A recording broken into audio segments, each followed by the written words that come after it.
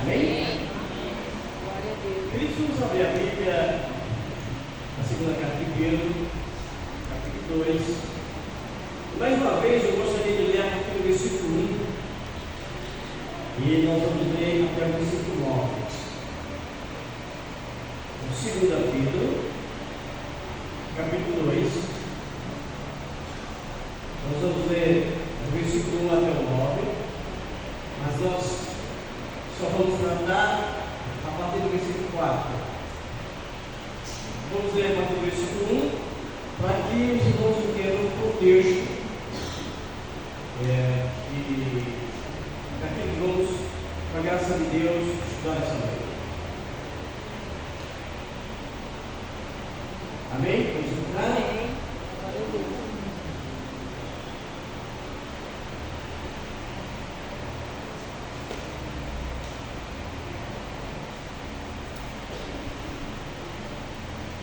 O texto bíblico diz assim: assim como eu do povo surgiram falsos profetas, assim também haverá entre vós falsos mestres, os quais introduzirão disciplinadamente heresias, destruídoras, até o ponto de renegarem o soberano Senhor que os resgatou, trazendo sobre si mesmos repentina destruição.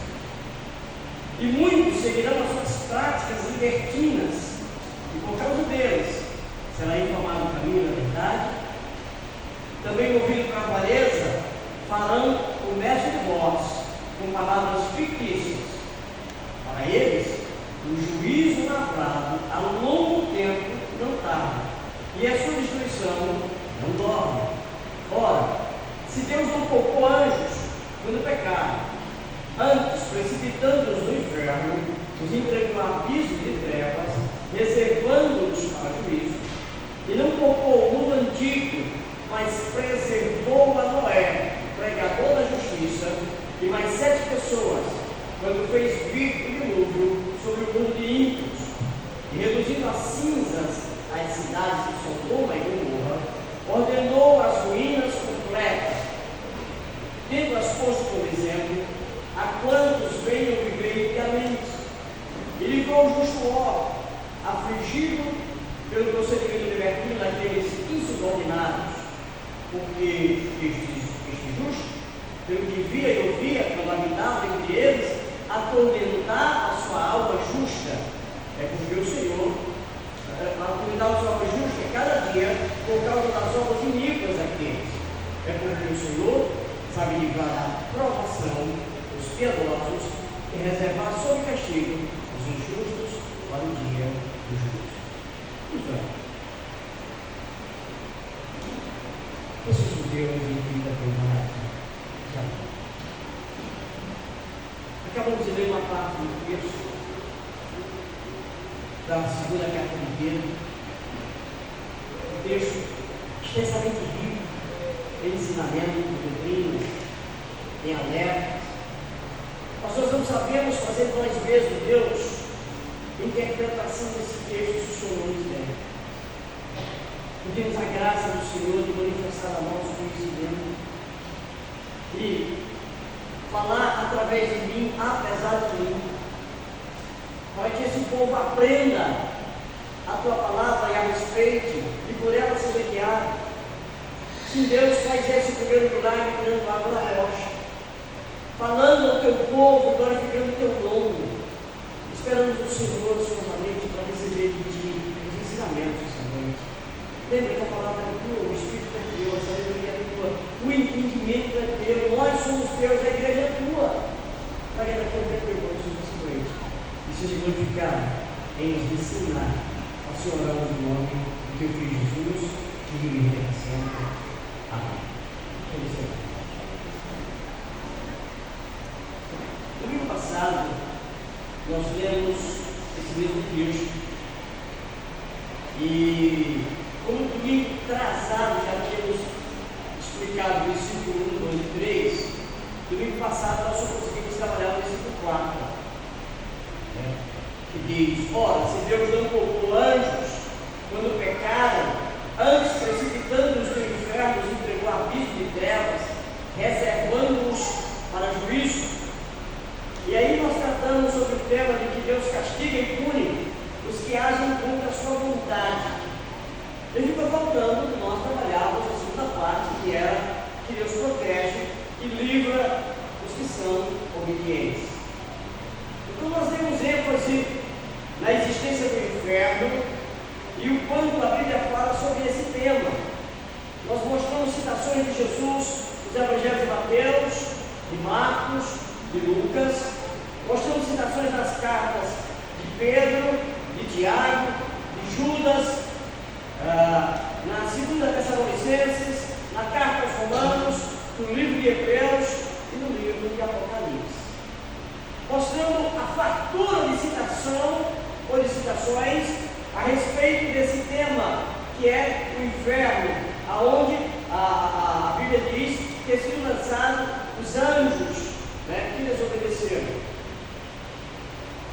Falamos ainda sobre 3 aspectos do inferno, e claramente o castigo futuro dos perversos é um tema significativo nas Escrituras. Jesus ensina, assim como todo escritor do Novo Testamento. Falamos sobre alguns aspectos do inferno. Falamos sobre o inferno como um lugar de castigo. O retrato principal do inferno é de um lugar de sofrimento pelo pecado. O castigo é merecido, consiste em um sofrimento o tempo inteiro, um sofrimento perene, um sofrimento eterno. Falamos também que o inferno é um lugar de destruição. Essa destruição é descrita como morte, como segunda morte, como perda e ruína. E falamos sobre o inferno como um lugar de ostracismo, ou seja, um lugar de banimento, de exílio, de exclusão, de expulsão, de distanciamento de Deus.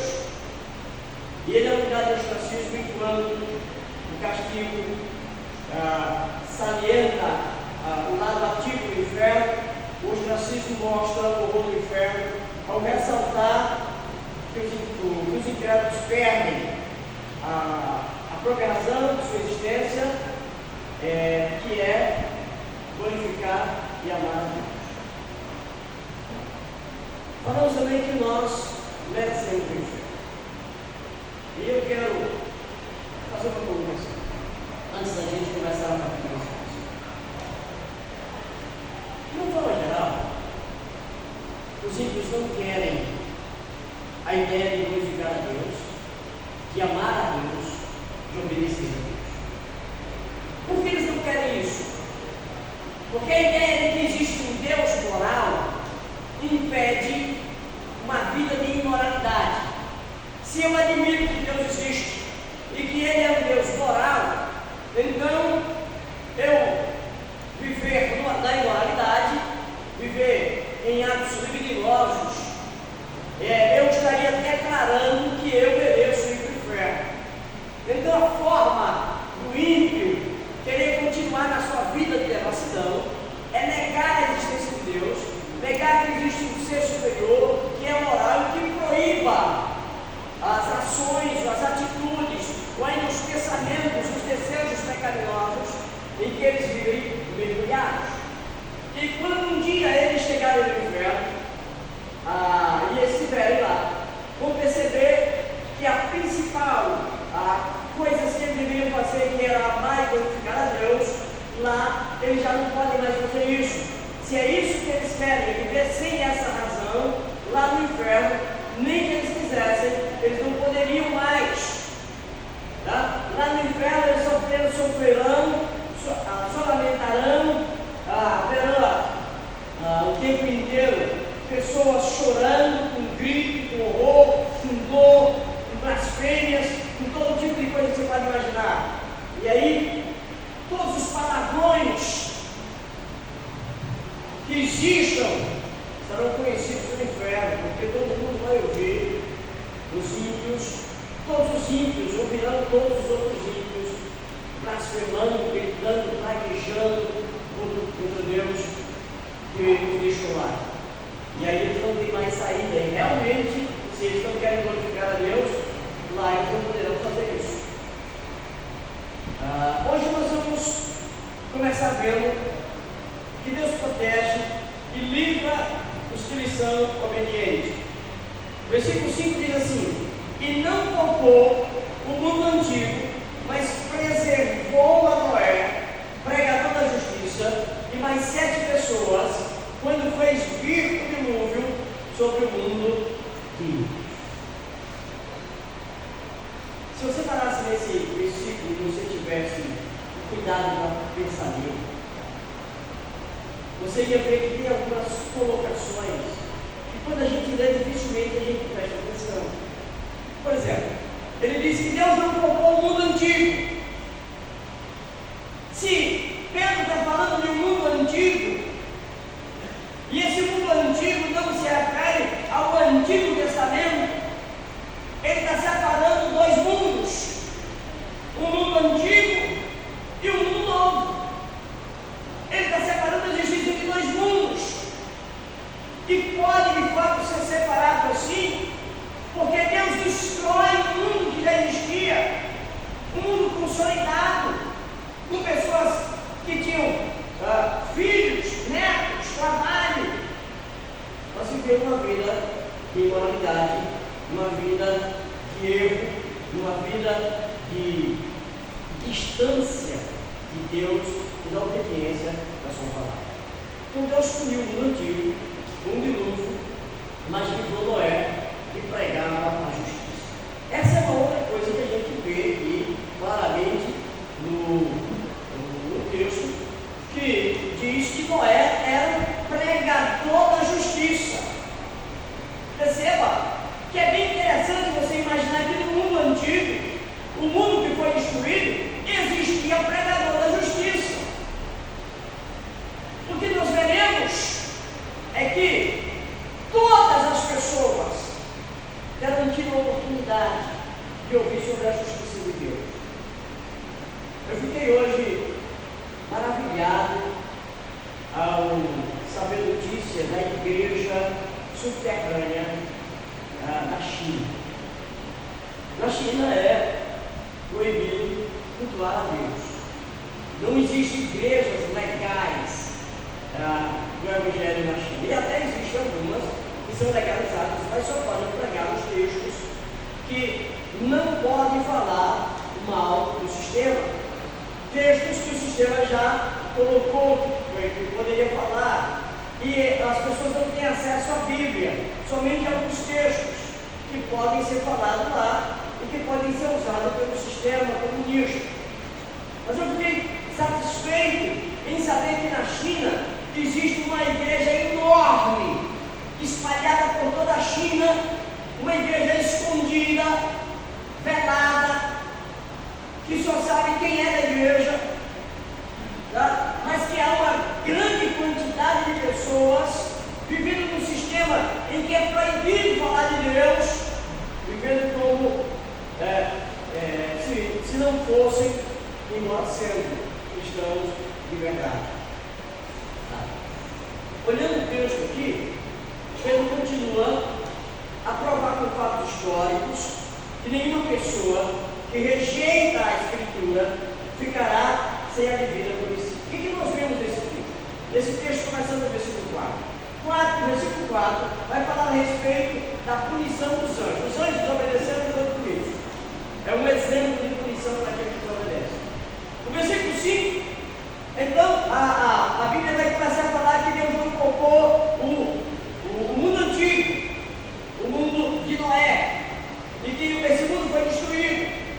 E logo em seguida ele vai falar de um outro caso de destruição, falando de Sodoma e Gomorra e dos seus arredores. Então ele vai dar 3 exemplos de destruição. Essas destruições aconteceram pelo mesmo motivo, desobediência a Deus. Esse é o motivo da destruição, dos 3 exemplos de destruição. Então, agora Pedro sai do mundo espiritual e ele adentra ao mundo terreno. Perceba, anjos rebeldes foram punidos, mas não foram só os anjos que foram punidos. Homens também foram. Em Gênesis capítulo 3, nós temos o relato da tentação e da queda da humanidade. Essa é a mancha que a humanidade carrega, que é o pecado. pecado de Adão, como conhecemos. Foi quando Adão agiu em desobediência, comendo do fruto da árvore, do conhecimento do bem e do mal, ele foi expulso do Éden juntamente com a sua esposa. E ali a humanidade estava condenada.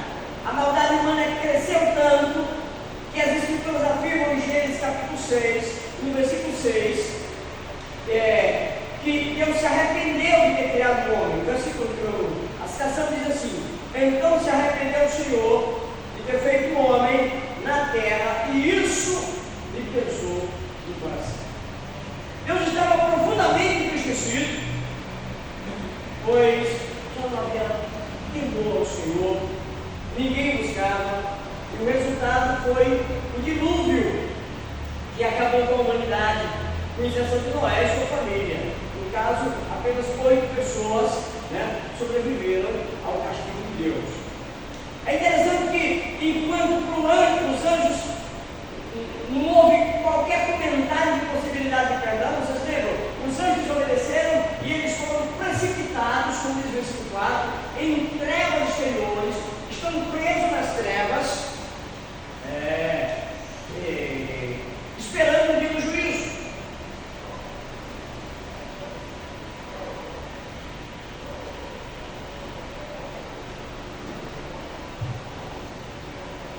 A ideia de trevas é uma ideia que as pessoas têm de uma forma geral. Vamos pensar na morte de um alguém que não é crente. Você já viu alguém morrendo? Se você não viu, você já ouviu contar sobre a morte de alguém? O que as pessoas fazem quando elas estão morrendo? Em casa, ou no hospital, ou num acidente? O que elas fazem assim que percebem que alguém está morrendo? A primeira atitude das pessoas é pegar uma vela, acender e botar na mão. A pessoa morreu segurando uma vela. Não tem a vela acesa na mão dela. Por que as pessoas têm esse hábito de fazer isso? Porque elas sabem que essas pessoas estão entendendo trevas. A ideia delas é que aquela vela ilumine a passagem da pessoa. Então, de uma forma geral, as pessoas têm compreensão de que a morte de alguém que não tem Cristo é uma morte de Deus. Você já foi a um velório de ímpio e velório de crente? No velório do ímpio está lá o caixão e está lá umas velas acesas. Mas você vai no velório do crente, não tem vela. Porque a luz do ímpio é a luz da vela. Ele imagina que aquilo está clareando a passagem daquele morto para chegar do outro lado, por causa das dessas trevas. Mas o crente, a luz dele não é luz de vela, a luz dele é Jesus. Jesus disse que ele era luz e que nós também seríamos luz. Jesus disse que nós sois a luz do mundo. Nós precisamos brilhar como tal. Mas de uma forma geral, o ímpio tem a ideia de trevas muito clara. E o versículo 4 diz que os anjos foram lançados nas trevas, estão presos nas trevas. Daí a ideia de que o diabo é o senhor das trevas. Daí a ideia de dizer que o diabo fica clamando por nuvens e uma porção de coisas que é inventada junto com o folclore do nosso país. Mas veja, aos anjos não foi dada uma segunda chance. Eles caíram e não receberam uma segunda chance para voltar. Os homens sim. Os homens caíram através de Adão, toda a humanidade caiu, mas Deus vai resgatar os homens. E aqui nós vamos ver umas coisas interessantes. A graça de Deus é grandiosa sobre a vida das pessoas que temem a Deus. Não é um exemplo de que Deus espera um mínimo de obediência à vontade de Deus. Noé foi considerado justo, mas não porque era sem pecado ou perfeito, mas porque confiava em Deus e vivia pela fé.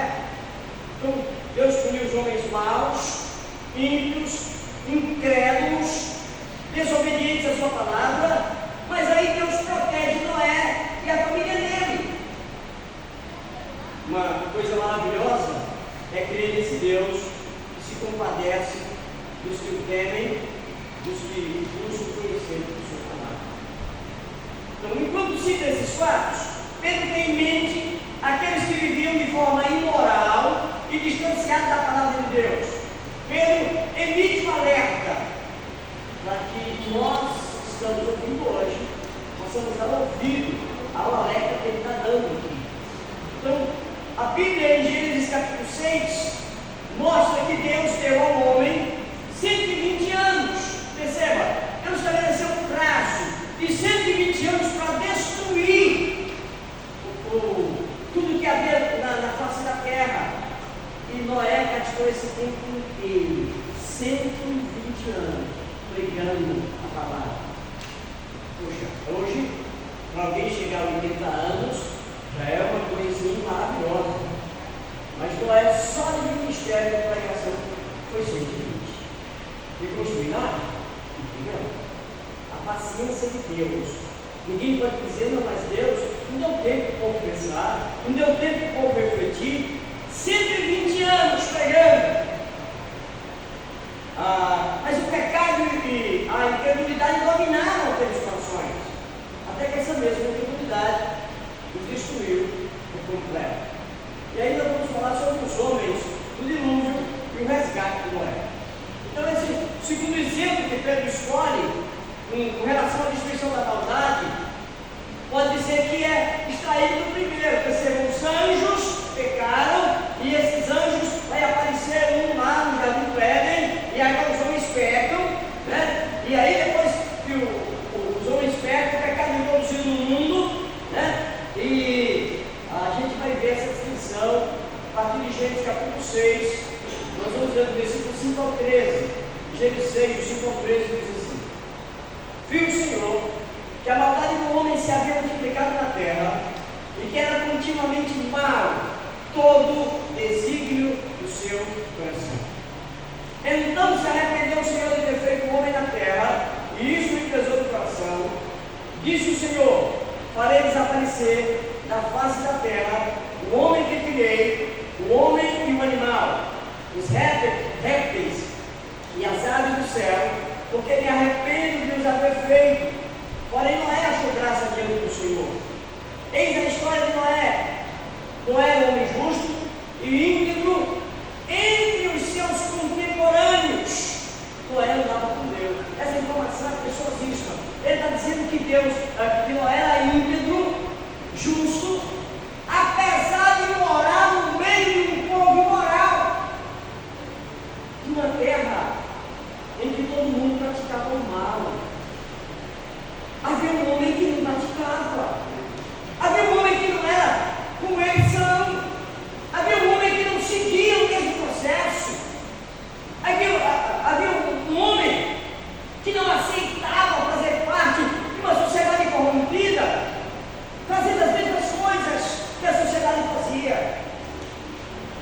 Então, o versículo 9: eis a história de Noé. Noé era um homem justo e íntegro entre os seus contemporâneos. Noé andava com Deus, gerou 3 filhos, Sem, Cã e Jafé. A terra estava corrompida à vista de Deus e cheia de violência. Viu Deus a terra e eis que estava corrompida, porque todo ser vivente estava corrompido, o seu caminho na terra. Então disse Deus a Noé: resolvi dar cabo de toda a carne, porque a terra está cheia da violência dos homens. Eis que os farei perecer juntamente com a terra. Então há uma decisão da parte de Deus de fazer com que tudo se acabe. William Barclay diz que, em meio dessa destruição, Deus não esqueceu aqueles que se tinham chegado a Ele, que tinham resistido ao mal, que tinham levado uma vida pura. Noé, junto com outras 7 pessoas. No caso, Noé, a esposa, os 3 filhos e a esposa de cada um dos seus filhos. Noé tinha adquirido a reputação de ser um pregador de Deus em meio ao mundo ímpio.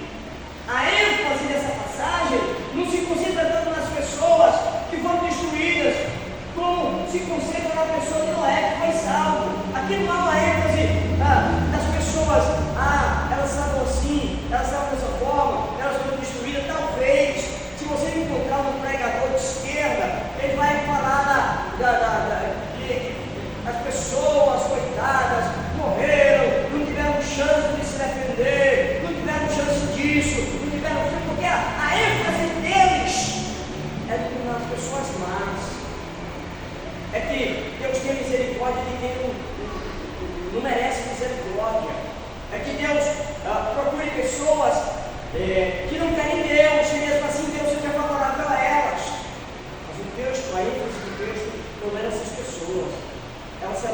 destruídas.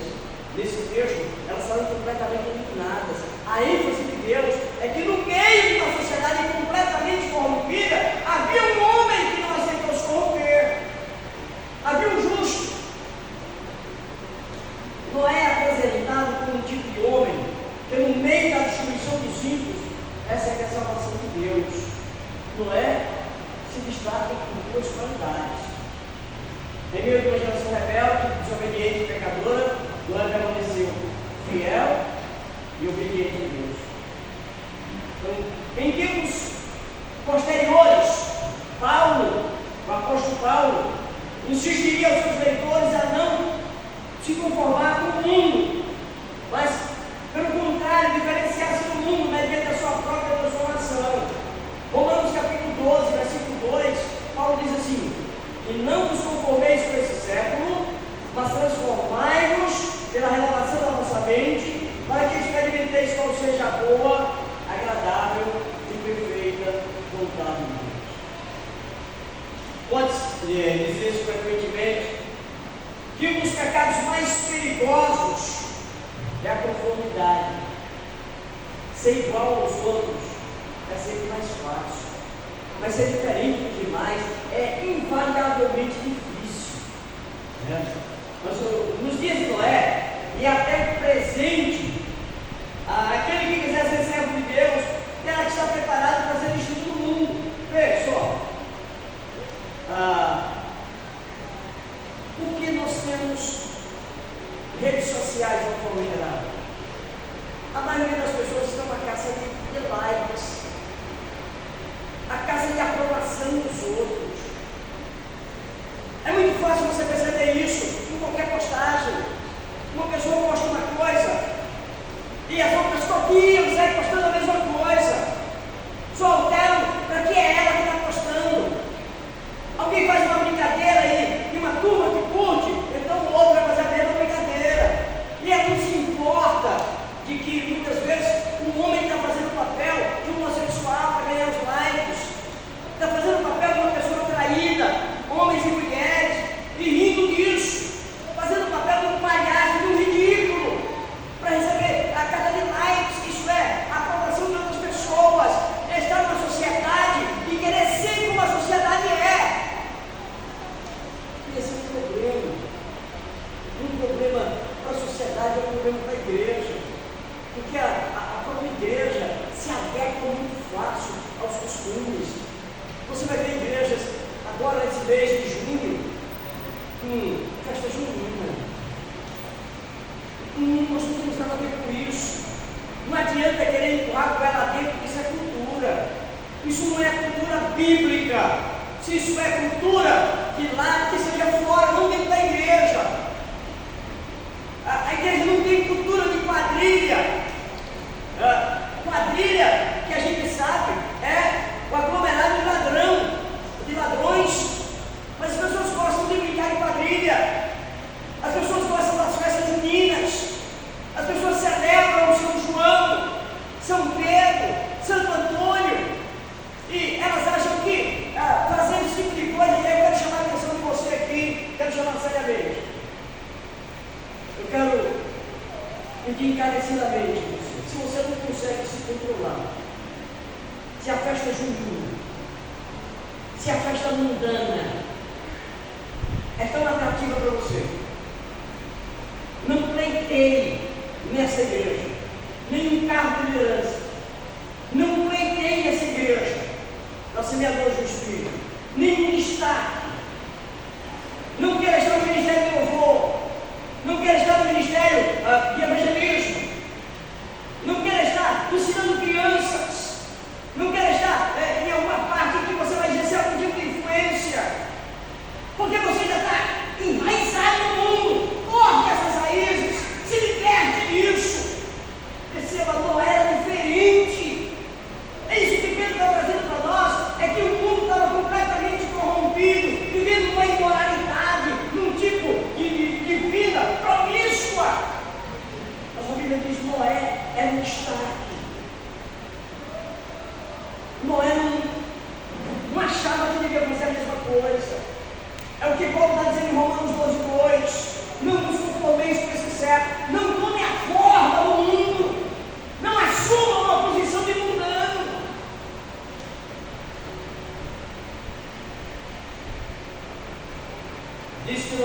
pregador da justiça.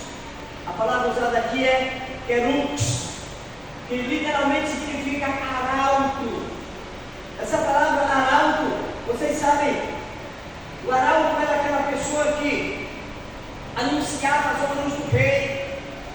O rei dizia alguma coisa na época dos reis, não tinha os meios de comunicação que nós temos hoje. Então o arauto do rei saía pelas praças, pelas ruas, apregoando a ordem do rei. Quem falava isso era o arauto, aquele que, em nome do rei, hoje a gente chama de porta-voz. Era o porta-voz do rei. Era o querux, o arauto. Noé vai ser o arauto de Deus. É o homem que anuncia para o seu tempo que tudo aquilo que está sendo feito está errado, aquele tipo de vida está errada, aí eles obedecem a Deus. Noé é um peixe nadando contra a correnteza. Todo mundo está indo para baixo, Noé está indo para cima. Todo mundo está curtindo a descida, Noé está suando a subida. Todo mundo está achando legal, um tipo de vida conformada. E aí a gente vai ver muitas igrejas conformadas com isso, pilotadas de gente. E aí eu quero deixar bem claro de novo para vocês que eu não tenho preocupação com quantidade de público, porque o público não é para mim, a igreja não é minha, eu não preciso da aprovação das pessoas, nem dos comentários, nem dos likes, nem das tapinhas das costas. Eu preciso que Deus aprove o meu ministério e que quando eu pregar, Ele fale através da minha boca. E que a palavra seja a palavra dele, não a minha. Não para agradar pessoas, mas para agradar a Ele.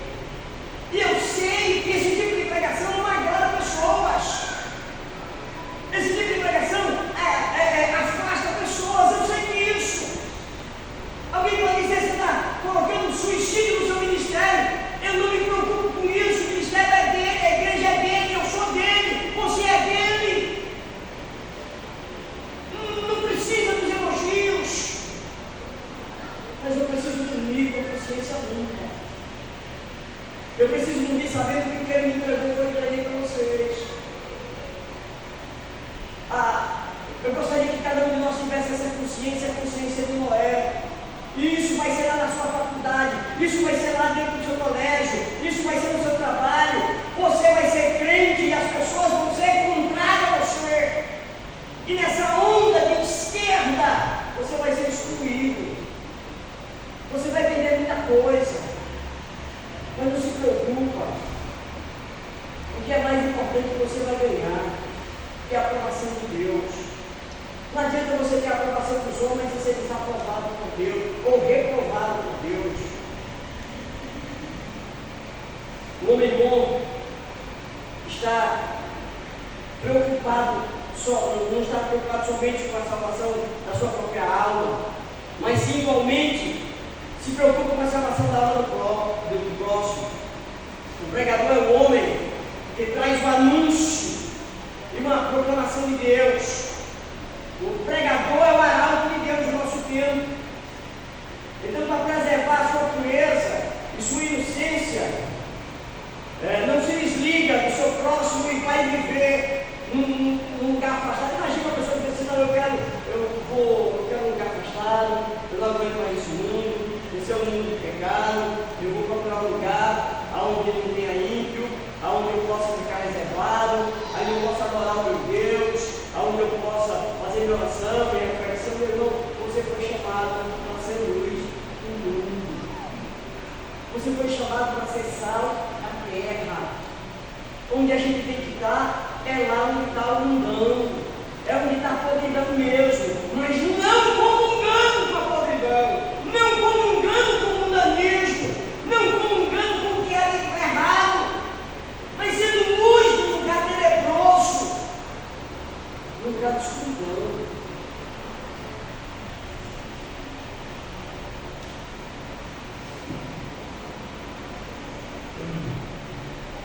Então, a inquietação de um pregador é não só para salvar a si mesmo, mas também para resgatar outros. A salvação nunca pode ser egoísta. A pessoa pensar, não, eu sou salvo, não me importa quem vai para o inferno, não é assim que funciona. Não é assim. O homem nunca pode reservar-se para si exclusivamente a graça que recebeu. Sua permanente obrigação é levar luz àqueles que estão em trevas, guiar os extraviados, advertir os que andam pelos maus caminhos. O homem bom tem que pôr-se a si mesmo no caminho de Deus. Assim ele será para os outros como sinal que indica a rota para com Deus. É como uma voz que convida a seguir o caminho do Pai. O exemplo dele faz com que outras pessoas comecem a perceber os seus próprios erros. Infelizmente, ainda hoje, a palavra de Deus é rejeitada. Graças a Deus, ela ainda está sendo pregada. Você está vivo, porque Deus está lhe dando oportunidade de arrependimento. Mas é claro que vai chegar um dia que isso vai terminar, isso vai se acabar, essa porta vai ser fechada.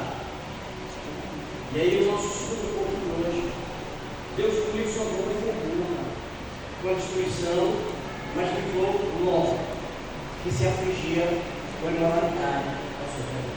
Perceba, os anjos pecaram, Deus castigou. O mundo de Noé caiu em trevas, pecado em todo jeito. Deus deu a oportunidade, como está dando agora. 120 anos, Noé pregando a palavra. Que bom que aconteceu que o povo rejeitou. O povo não foi. O povo não ouviu a voz. Aí Deus foi de forma radical, destruiu por completo toda a humanidade, toda a raça animal, salvando apenas aqueles que Deus mandou colocar na arca. E a partir dessa família de Noé, Deus recomeça a terra. Mas perceba que recomeçou a terra, mas que embora Noé fosse um justo, tinha natureza pecaminosa. E aí lá vai de novo, o povo vai se propagar e o pecado vai se propagar de novo. E aí chega o tempo que Sodoma e Gomorra. Versículo 6 diz: e reduziu a cinzas as cidades de Sodoma e Gomorra, ordenou-as a ruína completa, tendo-as posto como exemplo a quantos venham vivencamente. E livrou o justo Ló, afligido pelo procedimento libertino daqueles insubordinados. Porque este justo, pelo que via e ouvia, quando habitava entre eles, atormentava sua alma justa, cada dia por causa das obras iníquas daqueles. É porque o Senhor sabe livrar da provação os piedosos e reservar sob castigo os injustos para o dia do juízo. Nós estamos agora no terceiro exemplo. Primeiro foram os anjos, que foram precipitados em trevas. Segundo, foi o exemplo de Noé, em que Deus destruiu com água todo mundo.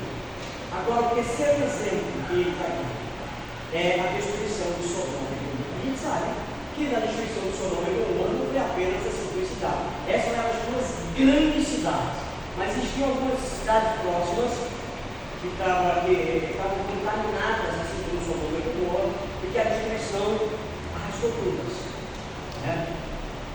Então, um outro fato histórico citado por Pedro vai provar que a condenação de quem se desvia, distorce e desobedece à Bíblia, essa condenação é real. A destruição da cidade de Sodoma e Gomorra é descrita aqui e depois é confirmada por Jesus no Novo Testamento. Essas duas cidades saíram do mapa, deixaram de existir, foram varridas da história por causa da imoralidade que viviam seus moradores. Homossexualidade era a marca dessas cidades. O verso 6, que nós acabamos de ler, afirma que Deus usa a destruição dessas cidades como exemplo do que viria a acontecer com quem vive inteiramente. Deus está dizendo o seguinte, Pedro está dizendo o seguinte: assim como os anjos foram precipitados, assim como o mundo Noé foi destruído, assim como Sodoma e Gomorra foi destruído, como eu dizer, você também vai ser. Você também vai ser esse seguido. Em outras palavras, você tem um exemplo. Agora, pensa comigo. Quando os anjos foram precipitados em trevas, isso aqui vai ensino doutrinário das criaturas do Espírito. Quando os anjos foram precipitados em trevas, nada foi salvo. Eles foram todos jogados, aprisionados para o dia de juízo. Quando chegou na época de Noé, tinha toda a existência humana lá na época de Noé, vivendo, trabalhando, se constituindo, etc. Mas Deus salvou 8 pessoas de uma sociedade com milhares de indivíduos. Deus salva 8 pessoas. Depois vai pegar 2 cidades enormes, como Sodoma e Gomorra. O que nós vamos contar agora? E Deus vai salvar Ló e as 2 filhas. A mulher entrou na conta, mas no meio do caminho se desviou. Então, perceba. Na primeira, entre os anjos, não salvou ninguém. Você não sabe onde eu vou chegar. Na primeira destruição, 8 pessoas, que foi a de Noé. Na terceira destruição, no exemplo colocado aqui, 3 pessoas eram salvas apenas. Esses são exemplos que Pedro está trazendo para a igreja. E esse ensino nos lembra o arrebatamento da igreja. Esta igreja não é pré-tribulacionista, em que Deus vai arrebatar a igreja antes da grande tribulação. A exemplo de tempo de Noé e ao exemplo do tempo de Sodoma e Gomorra, nós vamos sofrer as dores. Assim como Noé sofreu, vendo tudo que era de ruim, e Deus resgata na hora da destruição. Assim como Ló sofreu, e Deus resgata Ló na hora da destruição, a igreja também será resgatada na hora da destruição. São exemplos de como Deus resgata no tempo certo, na hora certa. Mas se prepare, irmãos, porque o mundo vai piorar. O mundo vai piorar. Meu Deus, eu vi uma postagem de uma moça que dizia com grande alegria. Ela dizia assim: eu adoro matar bebês. Eu adoro matar bebês, ela dizia. Ela falando a respeito de quantos abortos ela fez e quantos ela ajudou as pessoas abortadas. E ela dizia com grande orgulho e entusiasmo de quanto ela adorava fazer isso, matar bebês. O problema, o problema para nós, que somos crentes, é que nós não estamos brilhando como Deus queria. A ideia do diabo é que aos poucos normalize as coisas. As nações têm presidentes ímpios, e os de esquerda, não precisa dizer, o pensamento deles em liberar drogas, em liberar homossexualismo, em liberar proteger bandidos e todo tipo de coisas que seja aversa a Deus. Infelizmente, no nosso caso, nós temos alguém que ama o destruidor de Israel, que manda dinheiro para o Hamas, que tirou da embaixada do Brasil de Israel, que quer abrir embaixada na Coreia do Norte, que as amizades são pessoas que são contrárias ao povo de Deus, que zoa os crentes. E aí, irmãos, eu vou dizer uma coisa muito dura. Você que está sendo tomado, eu vou dizer uma coisa muito dura. O reino de Deus é feito de princípios. Quando você apoia princípios contra a Bíblia, você se compromete com cúmplice daqueles que você está apoiando. Quando você vota em alguém alguém que apoia o aborto. Quando você vota em alguém que é a favor da liberação da maconha. Quando você vota em alguém que é a favor do homossexualismo. Quando você vota em alguém que é a favor de fechar igrejas. Você se comprometeu, você decidiu o seu lado, você disse para quem você quer ficar. Isso será levado em conta, isso é duro, mas isso será levado em conta pelo Senhor. Talvez você não receba agora, mas no tempo oportuno, isso será mostrado na sua vida. Você se aliou aos assassinos de crianças, de aborto. Você apoia homens que defendem essa situação, e não homens que defendem a ideia de Deus. Eu sei que nós não devemos colocar nossa confiança em pessoas, nossa confiança no Senhor, mas quando tivermos que fazer uma decisão, precisamos ver quem é mais propenso aos princípios bíblicos.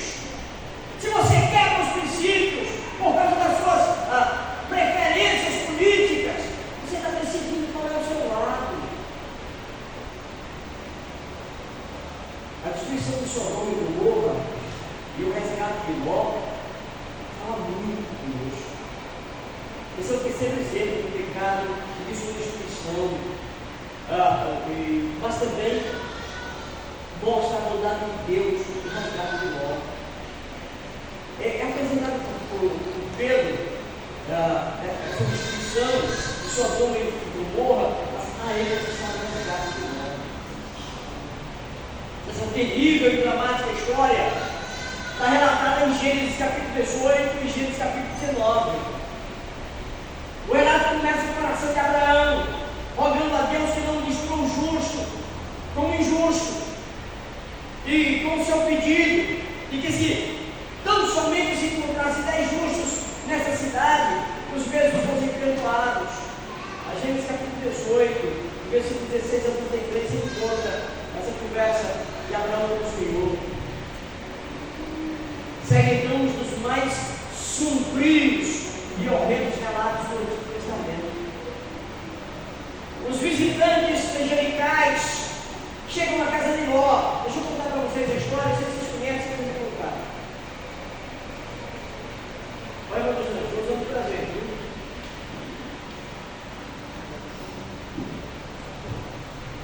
Foi ela que deu essa casa. 2 anos depois da conversa com Abraão, eles vão a Sodoma e Gomorra, porque eles foram mandados para destruir Sodoma e Gomorra e Israel. Um relato bíblico é interessante. Ló está sentado na entrada da cidade, na entrada de Sodoma, está lá na cadeirinha sentado. Quando Ló vê os 2 anjos chegando como homens, na mesma hora, Jó percebe que esses homens são diferentes, ele tem uma identificação, e ele corre ao encontro desses homens. Jó não foi morador, nem residente de lá, ele estava morando lá. Vocês sabem como ele chegou lá, estava morando nessa cidade. Uma discussão entre os servos dele e os servos de Abraão, acabou apartando um do outro, e Abraão mandou lá escolher o caminho que ele ia, ele viu as campinas que davam para Sodoma. Campinas, uma terra fértil, muito capim, alimento para o gado, para as ovelhas, e ele resolveu ir para lá. Então ele estava habitando nessa cidade. Quando ele vê esses 2 anjos chegando, ele corre, se identifica, e ele chega para ele e diz: olha, vocês vão dormir na minha casa, né? Vou colocar aqui no português nordestino. E aí o anjo diz: não, vou passar a noite na praça. Eu cheio, por quê? De jeito nenhum. Vou para a minha casa. Diz: não, vou ficar aqui na praça, dentro da vida para cá, da praça. Não, pai, não é assim não. Vocês são homem que Deus deu na minha casa. E a Bíblia diz que ele insistiu tanto que os homens foram para a casa dele. Entraram, ele fez um banquete, mandou esquentar os pães assos, fez um banquete, comeram, conversaram. Quando estava perto da hora de se deitar, aí aparece na frente da casa de Ló uma turma, e a Bíblia diz que eram homens velhos e moços. Imagina os rapazinhos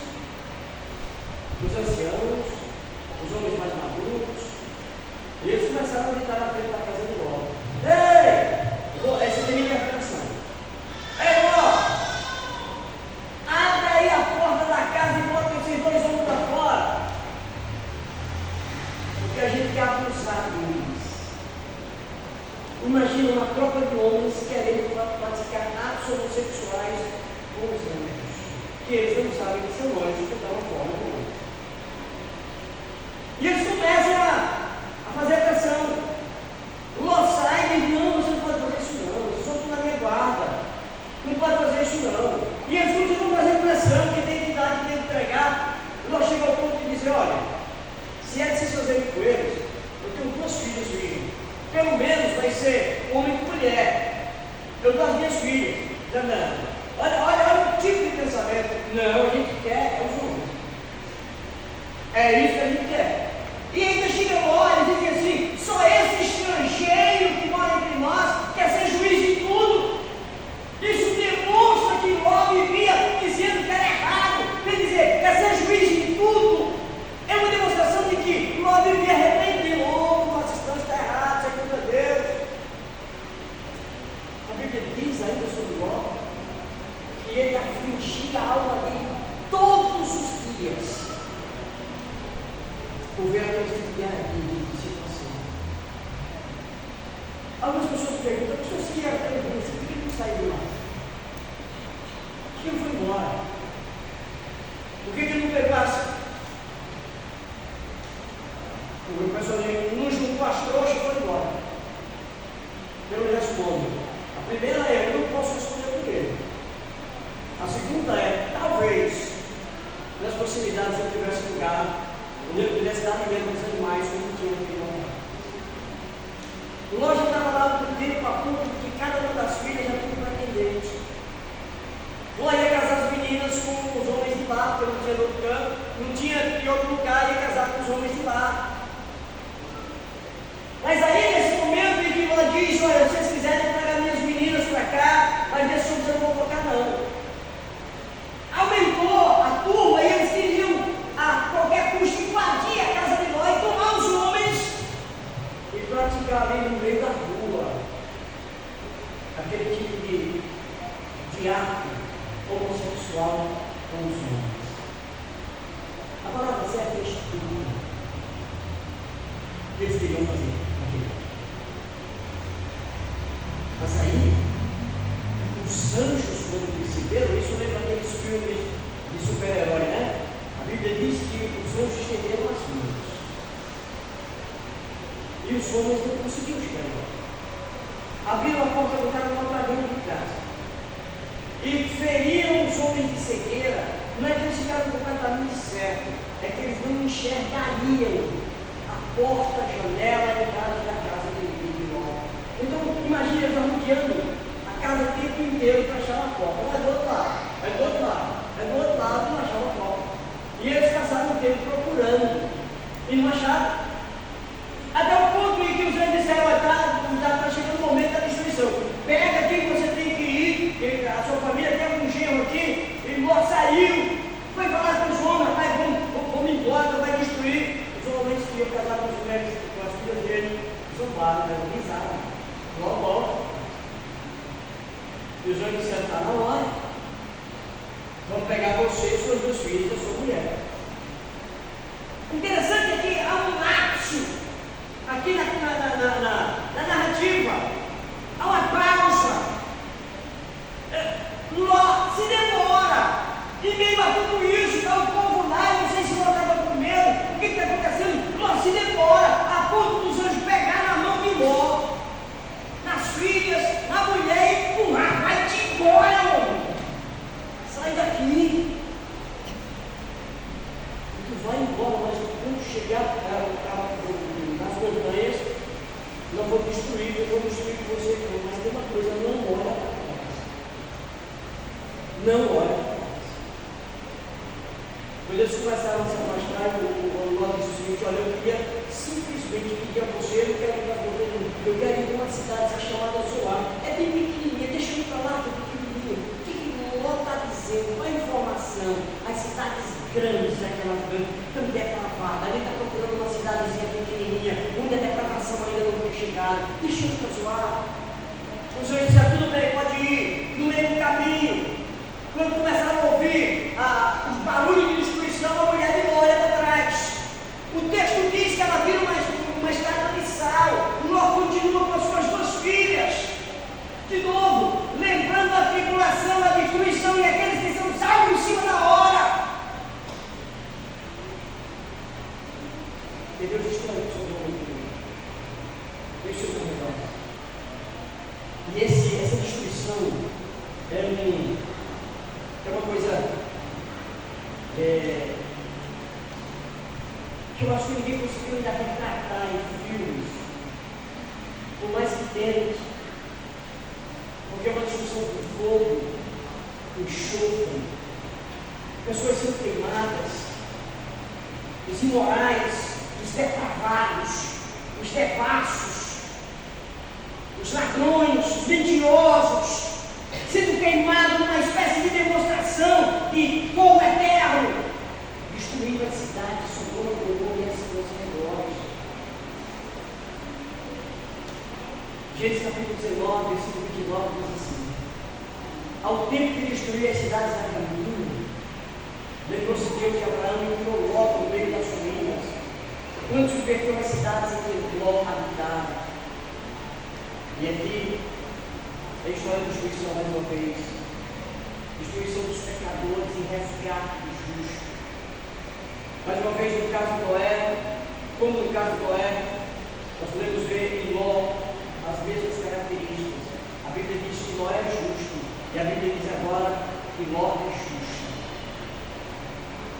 Ló vivia cercado de maldades, e a constante visão dessa situação ela fungia e torturava sua alma. E aí, alguém disse que a nossa maior segurança contra o pecado consiste que nos causa repugnância. Perceba, se o pecado não causa repugnância em você, você não tem segurança e salvação. Se você vê o pecado acontecendo e aquilo não mexe com você, você só diz assim: não é comigo, aí ele vai deixar conta com Deus. Eu estou aqui, não causa em você nenhuma sensação de repugnância, nenhuma sensação de ser contrário àquilo. Você não está seguro com sua salvação. Muito provavelmente você ainda não sabe sobre salvação. De fato, seu coração ainda não é do Senhor. Porque quando ele for do Senhor, você repugna. Você vê a homossexualidade, você vê a devassidão, você vê a imoralidade, você vê o aborto, você vê a violência, você vê a mentira, você vê crente falando mal de crente. Isso causa em você uma agressão, repugnância. É sua segurança. Você está salvo. De fato, Deus está em você. Você não causa nada. Você tem desejo de viver. Todas essas coisas, toda a imoralidade, toda a depravação em todas as áreas, isso é um perigo para você. Há um escopo muito significativo. Frequentemente sucede que quando surgem os males, a pessoa a princípio se escandaliza e se preocupa, mas logo à medida que passa o tempo, começa a acostumar-se e termina aceitando as coisas como se elas fossem comuns. Acontece uma vez, outra vez, não sei aonde, e a mente vai se acostumando. Se a gente chama de cauterização da mente.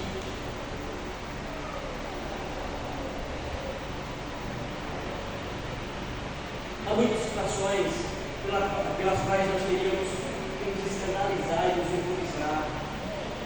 Em nossos próprios dias nós temos os problemas da prostituição, promiscuidade, alcoolismo, febre dos jogos de azar, debilitação dos laços de casamento, violência, aborto e crime não foi gerado.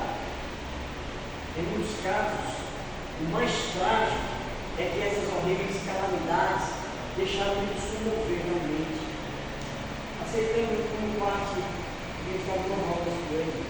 A gente não veja o que você fala, se mexe mais com a gente. Pode ser que as consideremos como algo lamentável e desgraçado, mas não nos comove no sentido literal do termo. Pelo bem do mundo e pelo bem das nossas próprias almas, devemos manter vivo a sensibilidade que se horrorize diante do pecado e das suas consequências. Lembro que Ló vivia cercado de maldade, mas mesmo assim, ele não precisa de Deus. E aqui nós vamos quebrar uma regra criada pelos homens, que diz que o homem é produto do meio, o crente é produto do novo nascimento pelo Espírito Santo. O crente é gerado de novo para ser uma nova criatura. O crente é uma nova pessoa. Não tem como ele ser crente e ao mesmo tempo ele comungar com as coisas do diabo.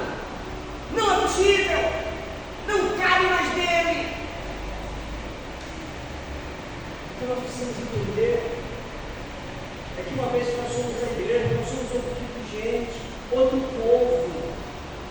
Vai ter pressão como teve com Ló. Podem cercar nossas casas, podem nos ameaçar de morte, de perder o emprego, de nos ter a oportunidade de trabalho. Mas isso são provas de que nós estamos no caminho certo. Deus vai cuidar de nós. Ainda que embaixo do sofrimento, Deus cuidará de nós. Quando o pior chegou, logo que desconfiei com aquela atmosfera que nos envolvia, precisamos romper com tudo aquilo que nos envolve com o mal. Há ocasiões em que a influência do céu trata até de forçar nosso passo para que saiamos de uma situação de ambiente ímpio. Lembra? O Ló começou a demorar, os anjos empurram ele. Pode ser que em algum momento, você sendo crente, você não está conseguindo, Deus vai empurrar você, vai levar você para fora. Agora lembre que você precisa pensar na sua alma e na alma dos outros. Então Ló encontrou a sua salvação no Senhor. Outra vez Pedro afirma que Deus é misericordioso.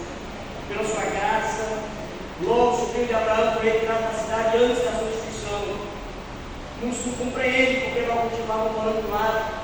E mesmo vendo tal coisa errada, como eu disse para vocês, eu não tenho mais resposta. Eu posso fazer suposições como essa de área para alimentar todos os animais. A história vai registrar a oração de Abraão, pedindo a Deus para aquelas cidades e pelos justos que houvessem lá.